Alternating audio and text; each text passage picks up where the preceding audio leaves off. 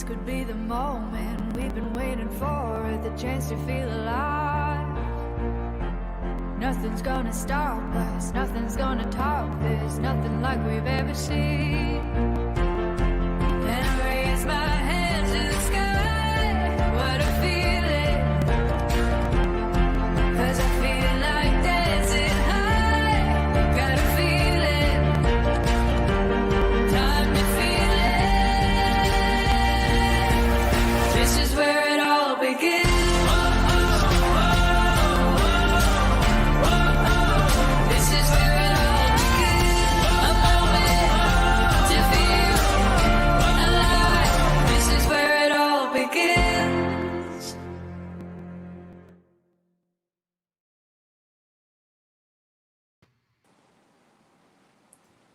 Hi, and thank you for tuning in for Day 5 of the 61st Annual Three Rivers Arts Festival. I'm Nadine Wasserman, and this is Renee Pachaki. We are here today. We're going to bring you three artists from a show we co-curated called Compass Roses. It's a show that brings together 20 artists who have each created a map of their interpretation of Pittsburgh. I just want to tell you a few things, and mostly we want to devote the show to the artists, so I won't take much time. But we're going to do this again at 5 o'clock on Thursday, so join us again for three different artists from this show. The show was conceived when we were traveling together, and generally just what I want to say is that when I go to a new place, I always orient myself by an analog map, right? So I try to do digital and analog to orient myself to a place. And so the idea behind maps is that you get a visual geography, but you also want to dig deeper into a place. So you want to look at the history of a place, and often you need a guide, right, that has inside information. Each of these three artists, you can read their bios on our website, so I don't want to waste time with that. But we have Marcy Nixon, Washington, who's got a map called Fairywood, What Happened to the Fairies. We've got Curtis Reeves, who has Talbot Towers, and Sean Slifer, who has the land that held the Lenape settlement of Shinopentown. The reason we chose this theme today is these are sort of maps of places that either we don't know about because they've been lost a little bit to history. What we know about history is that, every land is filled with histories that are both painful and triumphant. A place has many layers of histories, and we know that forgotten, suppressed, or erased histories are not good for any of us. We need to know what happened in a place now and previously and in the future. So with that, Renee, do you have anything to add? I'd like to add all of the artists who accepted our invitation to participate in this project. And I hope that everyone watching tonight just really has a chance to obviously watch the three artists who are about to talk, but look at the website and deeply appreciate the other adventures that artists are taking you on. So it's been a great experience, and I hope everyone shares in it. So if we can have Marcy will be, we're going to go in alphabetical order. She's going to talk about her map. Hi, Marcy. Hello. I would just like to start off by saying thank you all for showing up. To basically give a background of my map, it is from a place named Fairywood. And yes, it's a real place. It's on the west end. It's actually the most western part of Pittsburgh. It has a lot of forgotten history and buried narratives from that place, but there's so many people who are living and who still tell the stories of what happened during that place. On the website, there's double sides to the map. One of the sides basically shows how many people remembers what this place used to be, how it used to flourish. And then the side is where it's at now and what has taken place. But a lot of people aren't aware of the first map, of the people and the souls who used to live there and the monuments that used to be there. I also written a poem to go alongside this, um, basically explaining like the the narratives of all the people who live there and what they had to say about what happened to them there. And yeah, I can share it with you guys. The poem is called "What Happened to the Fairies in the Woods," a narrative of the forgotten neighborhood, Fairywood. I only saw a few fairies in my lifetime, those still living between Mazette Place and Fairywood Street. Elder Fairy said, "This land once flourished with cars and fairies dancing along the streets. Other than the industrial trucks, I only heard the sound of the wind blowing through the apple tree. Silence, so loud that when a rat picks from the grass, sirens must ring." Elder Fairy said, "In the beginning, there were fairies in the mist. There were white fairies, black fairies, purple, orange, and blue. They were from many places, like Italy, Jamaica, descendants of Africa too. Those who spread the fairy dust of music, and those who fed the poor barbecue." Elder Fairy said, "Even after white flight became a trend, you could spot the light of the world on the West End. Westgate Village and Broadhead Manor were the places most of them lived in. Ujima and Fairywood School were just around the bend. At the Salvation Army is where the fairies reascend." Elder Fairy said, "It was in the 1970s when the apocalypse began to hit. One road out, one way in, the wonderland became a pit, a trap, a petri dish. We knew that the god of the mountain is the god of the valley, but when crack came, it had the facade to cure the poverty. When the warehouses wouldn't hire black folk, it had the facade to cure the hunger, PTSD, anxiety, and depression." Elder Fairy said, "They ain't call it no epidemic. They called it the war on drugs, passing prejudice laws instead of offering jobs. They criminalized the men, leaving single women and children, mass incarcerated black and brown bodies, another form of slavery supported by the law." Elder Fairy said, "We should have seen it coming. We should have known they wanted to steal the stolen land back."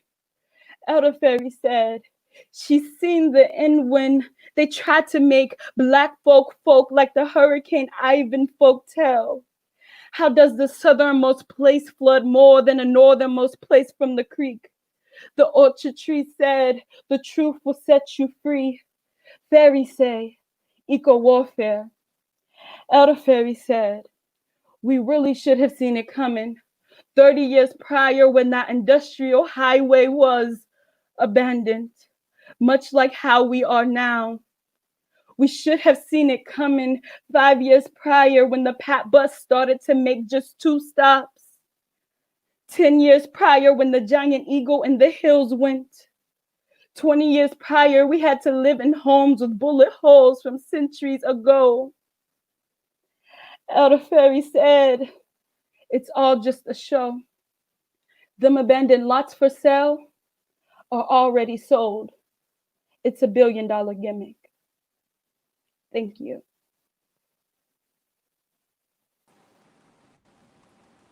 So great. So great. Thank you so much for sharing that. Can you talk a little bit once you got the invitation, did you immediately know you wanted to do this map about Fairywood? No, I mean, I wanted to do something. I knew and I felt in my heart that I had to do something about the forgotten narratives and the forgotten people due to gentrification and displacement. But there was just so many places that I could think about. But then I ended up volunteering at the Salvation Army, and I'm like an active member volunteering at the Salvation Army all the time. So I've been going to this place for years, and something that I always like reflected on was the fact that this place, like the Salvation Army and the church that was there before, was like a little white church that had like an orchard tree in front of it. Um, and those were the only places that survived all of this. That's the only place that kept and remained people inside of it. So like even when the projects were built basically for World War II veterans and things to come back to, they were built there. And even when it got abandoned, they were still built there. And there's still the stronghold on this place. Even when it changes, even through all of the changes, like there's still a monument there to basically remember the souls that were lost during that time or throughout the whole time there.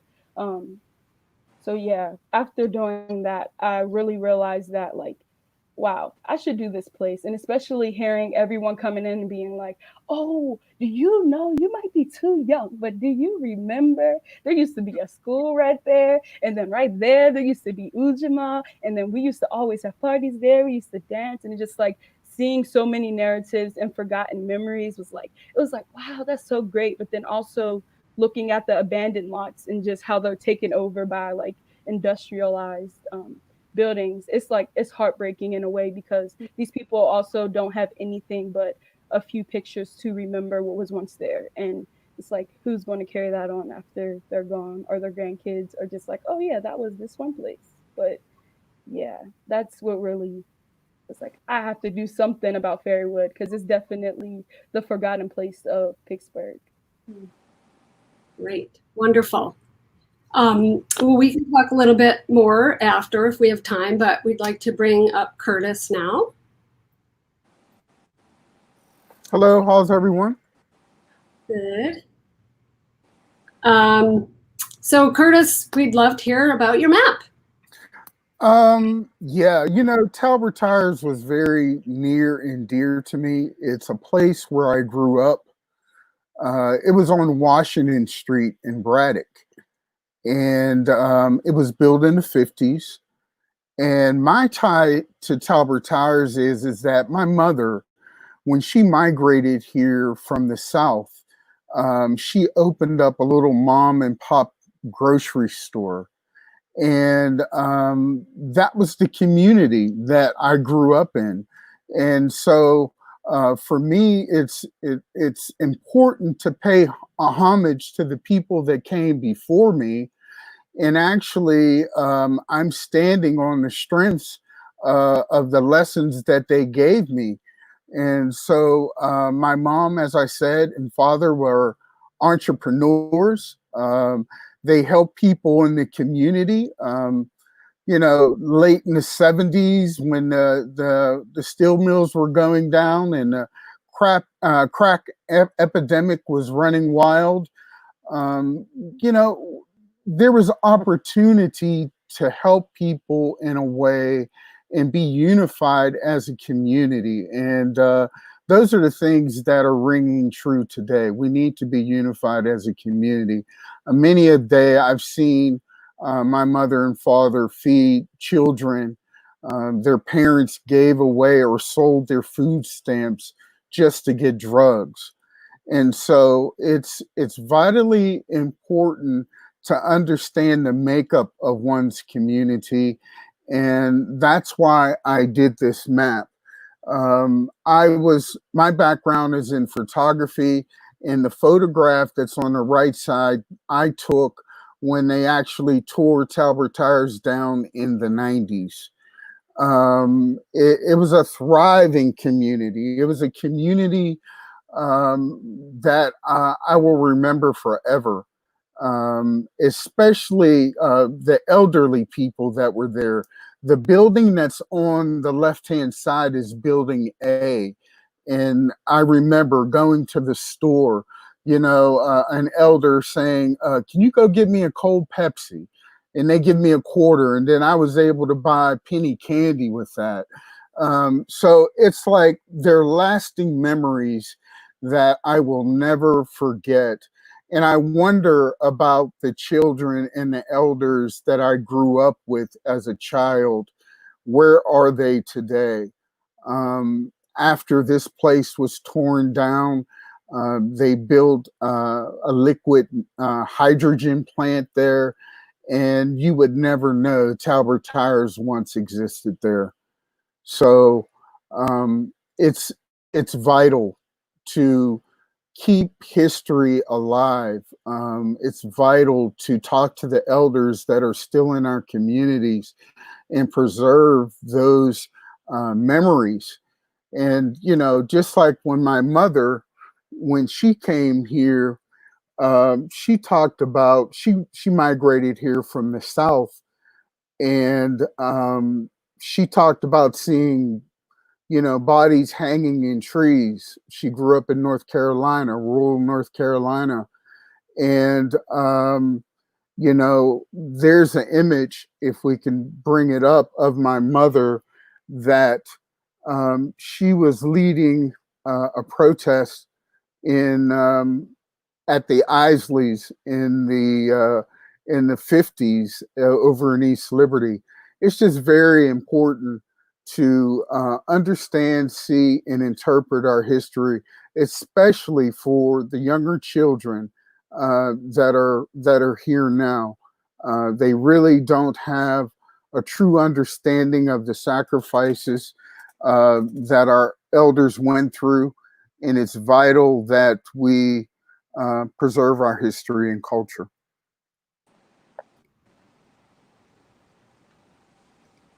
I'm just trying to find out if we can get that photograph, because we do. It's so great. Who took that photograph? Do you know? That was a Teenie Harris photograph.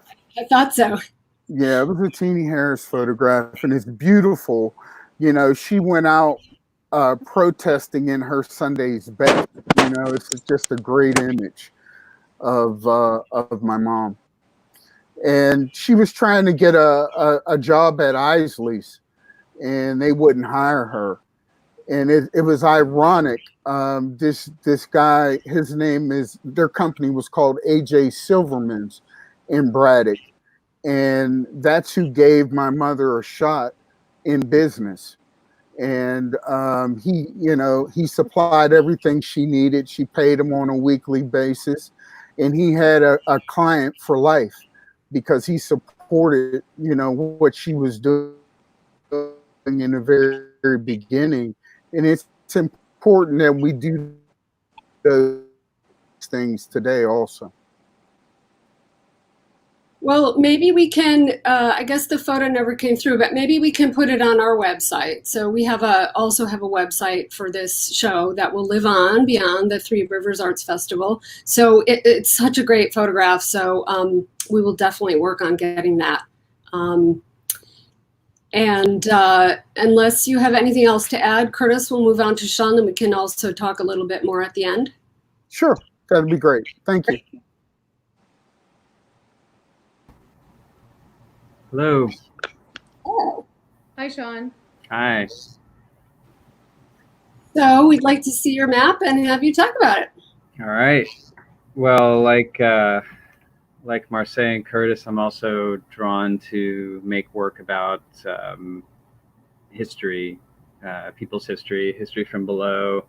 And I always try to strike a balance between social history and ecological history. This map is a combination of parts of research that I'd been working on about a place called Shanapintown, which was the last, as I understand it, the last indigenous settlement that existed inside the boundaries of the city, what's now the city of Pittsburgh.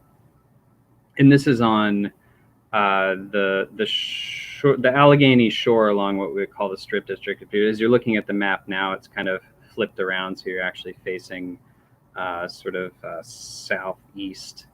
And my hope was to combine elements of different maps that I'm really interested in. So I had some old colonial settler maps of the area, some what I would call city portrait maps that I was looking at through the University of Pittsburgh's archive, where there's this kind of 3/4 view of all the buildings in a town or city in Southwest Pennsylvania.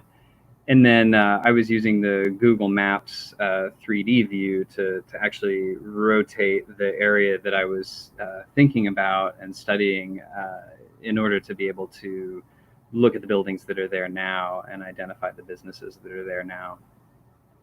So,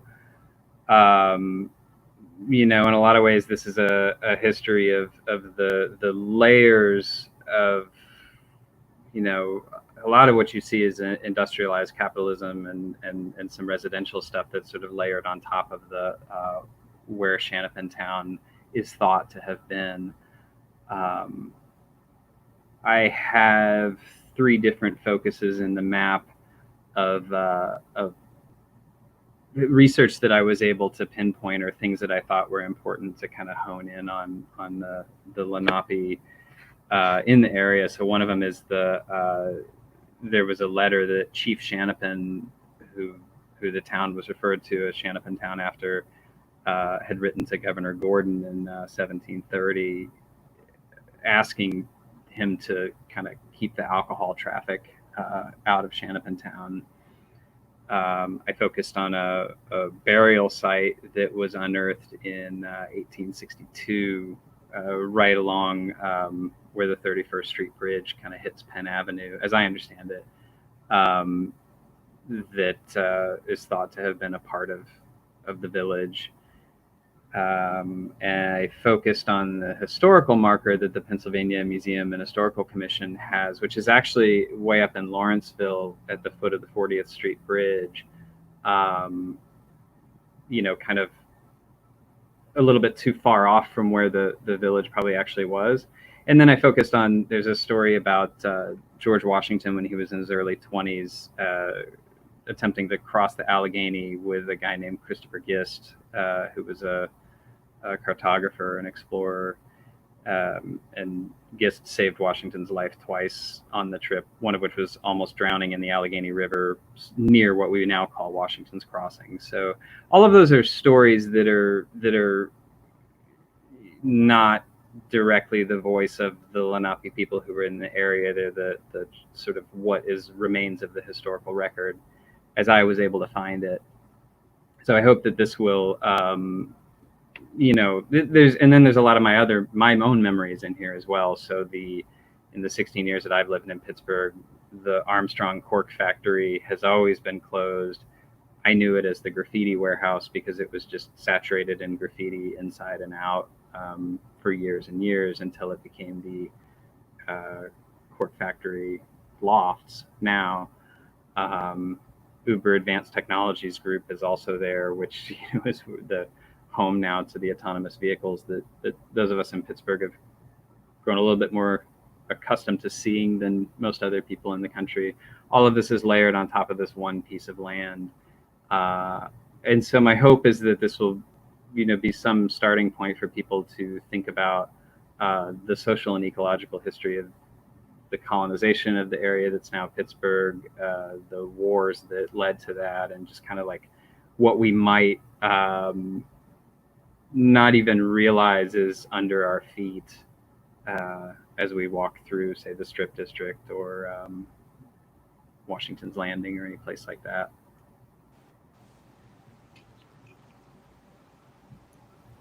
Yeah, I mean, ultimately, these 3 maps really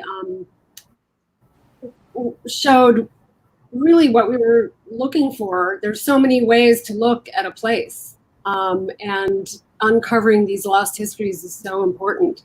Also, as a city changes, I mean, I moved here in 2011, and the city has changed even so much since then. As gentrification happens, as people get displaced, these things get lost and forgotten. Yeah, and that Native American history is really huge, especially right here, since we were like the end of the colonies. So anything else you want to add before we open it up to everybody? No, go ahead.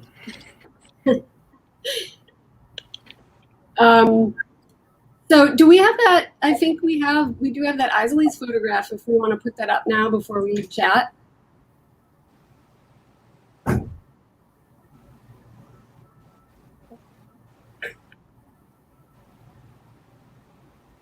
And what year, Curtis, what year was this? I think we lost Curtis. Oh. Okay. It's really so incredible.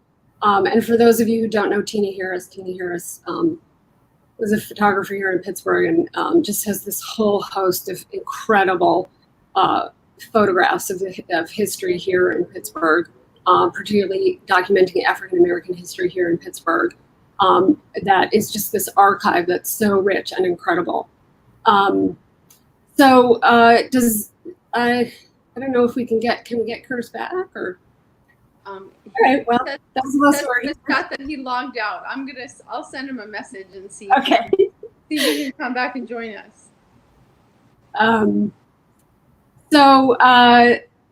So Marseille, are you from Pittsburgh? Yeah, born and raised. All my family's from Pittsburgh too, so lots of generations here. Oh wow. Okay. Here's Curtis. So we were able to show a photograph.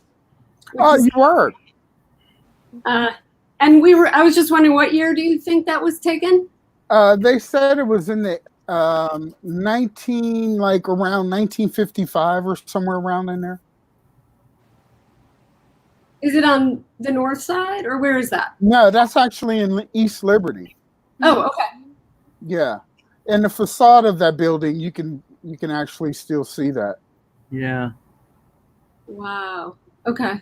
So did your mom own her store when this photo was taken? She was just getting into business around that time. Yeah. Yeah, she was just getting into business. She had did day work for a while. It didn't agree with her, something that she couldn't do. And she was trying to get into retail, and Kaufman's and Gimbel's and places like that wouldn't hire her. Right. And she was trying to get a job at Isley's and they wouldn't hire her either. So she became she took her entrepreneurial spirit. Yes. Yes. Yes. Yes. I have a question for everyone, Nadine. I don't want to interrupt you though, which is I'm curious in all of your practices, this exploration of places that aren't apparently visible anymore, like is this an ongoing theme in your work? Marseille, you could start. First, for me, it's becoming an ongoing thing in my work. I think I focus a lot on definitely unheard or unseen narratives or stories or oral histories. I work mostly in ceramic arts, so it's basically all based on permanizing all of those stories, narratives, like things like the Tulsa massacre. Like those are things that like really piqued my interest of basically things that were like tucked under the rug or things that I didn't learn in school, but they're so vital to us growing as a whole country and even as people understanding these complex narratives and violent narratives. I think it's still important for us to like reveal those so that we're able to actually like reflect and move on from them. Yeah. But yeah. Thanks. And Curtis and Sean, how about you guys? Go ahead, Curtis.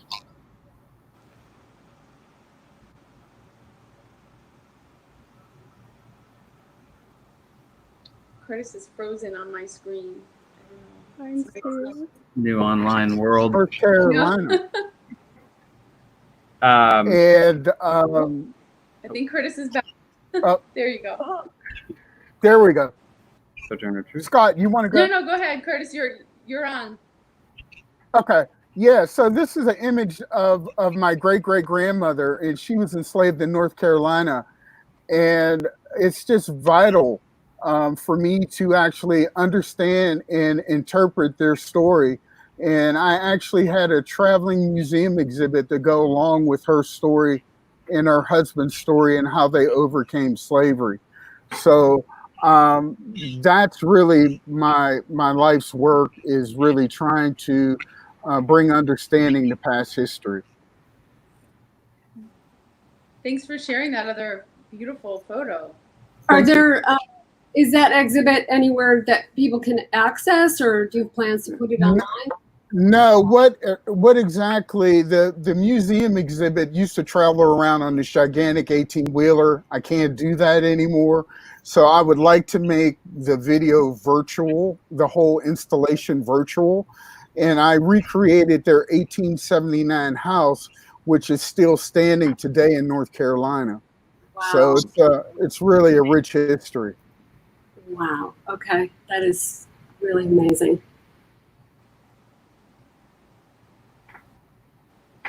Over to you, Sean, the role of history in your work.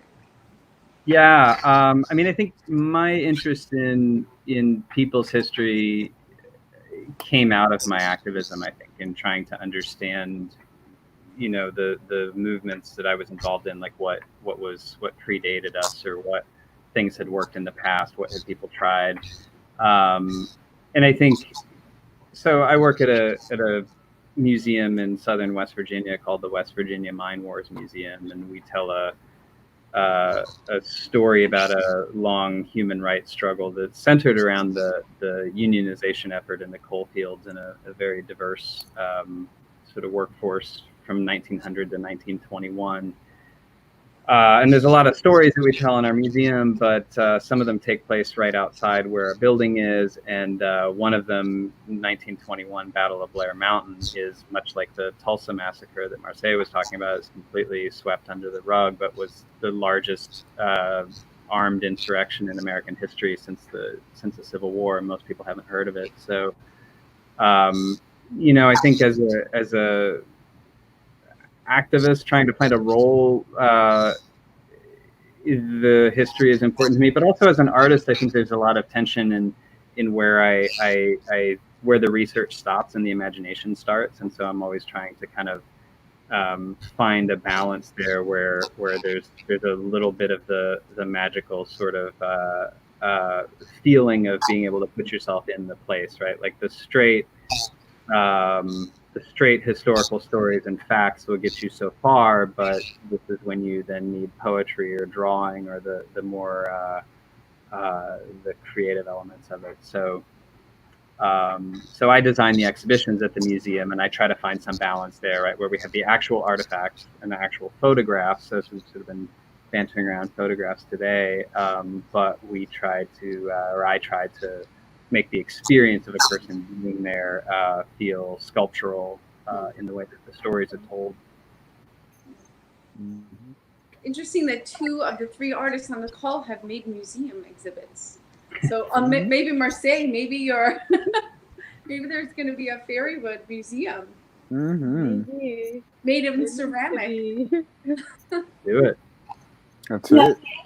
The other reason we wanted to do this project is also because we know that maps, there's so much manipulation of maps, and what's unwritten about maps, and who's making the map, and why, right? So you said that, Sean, in your map, there was actually a cartographer that saved Washington down the river. And it's sort of like, what are the purpose of maps in history? And sometimes it's to, to change the perception of a place. And so we really wanted to make sure that there are all other stories, that get told. And this was so great. Do you guys have questions for each other?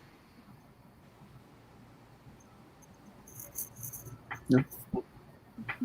I wish we could have all 20 artists. On the table, it'd be a little bit, it's hard. Yeah. I think that maps, a lot of times, this isn't a question, but just a statement that I wonder how you guys would feel. I think it's powerful. Maps, a lot of times, are about delineating power.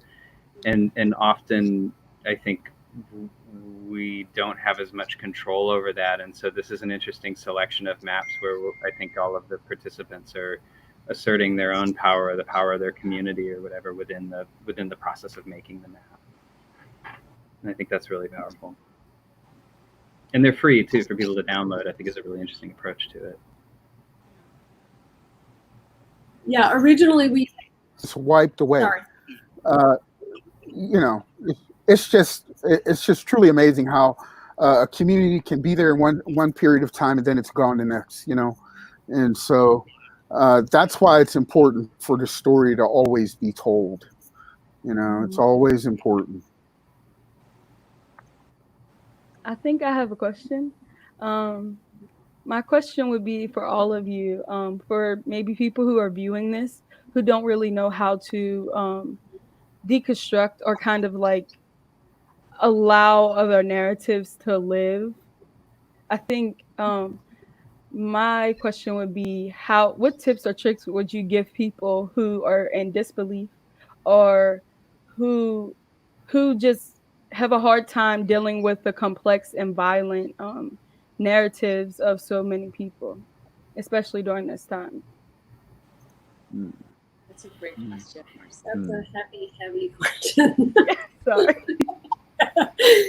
Oh, for sure. I mean, that's the reason why we want to keep history alive, right? And we want to keep narratives, and we want to do oral histories, and we want to have artistic interpretation as well. You know what I mean? Because I think the reason the arts are so vital is that we get to see things through other people's eyes, right? Because we each have our own interpretations, we each have our own biases, we each have our own histories, we each, there's so much that we bring to anything and to story.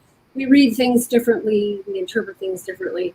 So that's such a heavy question because, and I feel like that's really art's role, right? Is to show us others' stories and to experience other people's experience because it's so difficult to get into somebody else's experience.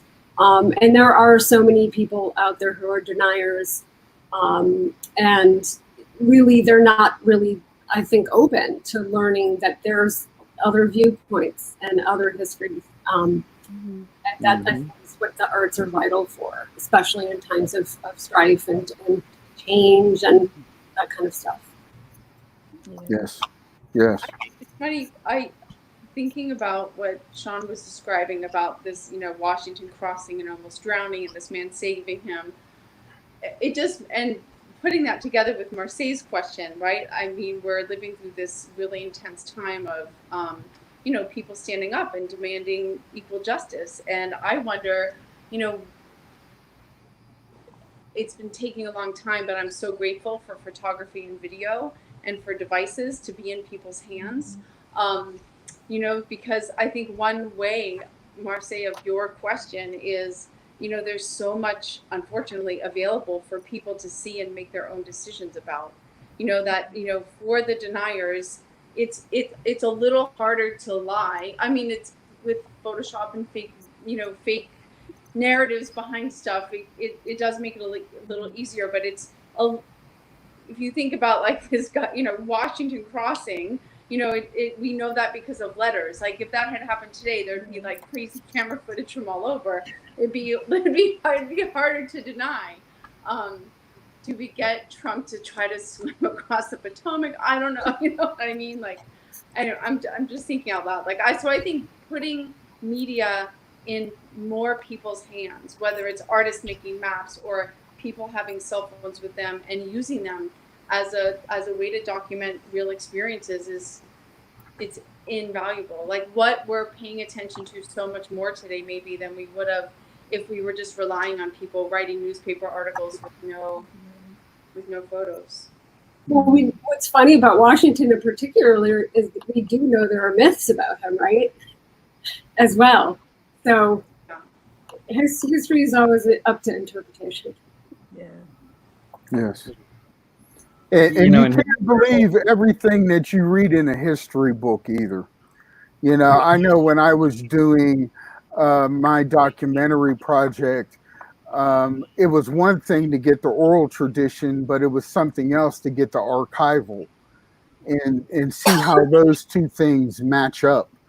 And then, where do you find the truth? Is the truth in the person that's actually living, telling the story? Or is it in something that someone wrote down and they interpreted that particular thing themselves? So it's interesting. It's interesting how history is interpreted and how we can reinterpret it. Well, plus they're always finding there's always new information. I think this idea that history is it's like tied up with a bow and it's in the past and we can study it far away, rather than Mm. think of it as something that is growing and evolving as we get new oral histories or new images or new objects. Or I'm thinking about that huge Mayan complex they just found with LiDAR, right? Like, no one has ever even been to this site perhaps in the last 1,000 years, but using LiDAR, they're able to see how vast this structure is. Like, how is our ideas of what happened in the recent past or far past going to be blown away by new information and technologies that we're going to be able to use? I don't know. It's fun to think about that. It is. Sure. Yeah. So it's good That's for true. all have our maps online, right? Mhm. Because Fairywood, Yeah. like when someone Googles Fairywood Pittsburgh in 100 years, or whatever machine they're using, they're not using Google, who knows? When they just turn their eyelash and it like opens up the archive. I don't know. I mean, Sean, you must have experienced so much of that in your museum right down in West Virginia, like the compare and contrast that Curtis was just talking about with the oral history versus the archival information. Did you have those experiences too? Oh yeah, I mean, there's a lot of people I mean, the stories that we tell were largely only, the word folk gets kind of misused, but these were folk stories. These were stories that people told each other. They were part of an oral tradition for decades. And there's a lot of reasons for that. It's the area that was completely riven with guerrilla warfare for about 20 years. So, there's a lot that goes with living through a war. But so I think it wasn't until the mid 1970s that any academics actually started to write about the mine wars period in ways that were supportive of the people who were involved instead of just supportive of the coal industry. So, I mean, I bring that up also just to reference your earlier point. I think that when history is hidden or when it's written in a very particular way, there's a strategy to that. There's a neutralizing strategy to that, to people not understanding the history, the struggles that got them to where they are, or understanding an extremely sanitized version of a struggle that takes out all of the work or all of the violence. And so so the stories we tell had actually been explicitly removed from West Virginia history textbooks for several decades, since up until around the time I was born. So, but everybody knew them. Yeah. Everybody whose families lived through them knew them. So it's similar to like in Marseille's, map. You were getting stories from people that you were meeting at the Salvation Army. Is that right? Yeah, and they all also knew. and a lot of my family lived down there. So a lot of them, like my mom used to live down there and my dad, so they were very young during the time, but they still remember very vividly. So I think it was mostly oral histories or like some written histories, but there are very few. Cool. I wish we could keep going, but we're out of time. This was so great. Thank you so much. I think we lost Curtis again, but so we're going to have the maps on Sunday at the farmers market. So if anybody can come down, they're going to be free. Also, I'm supposed to wrap up by saying we've got live shows every night, June 5th through 14th from our Dollar Bank Digital Main Stage. Tune back in at 7:30 p.m. for a performance by the Thomas Went Quintet, live from Liberty Magic. I just want to say it's the downtown farmers market, because there's a couple others on Sunday near the intersection of 11th Street and Fort Duquesne Boulevard. So come say hi to us and pick up a map. Thank you. Thanks. Bye. Bye.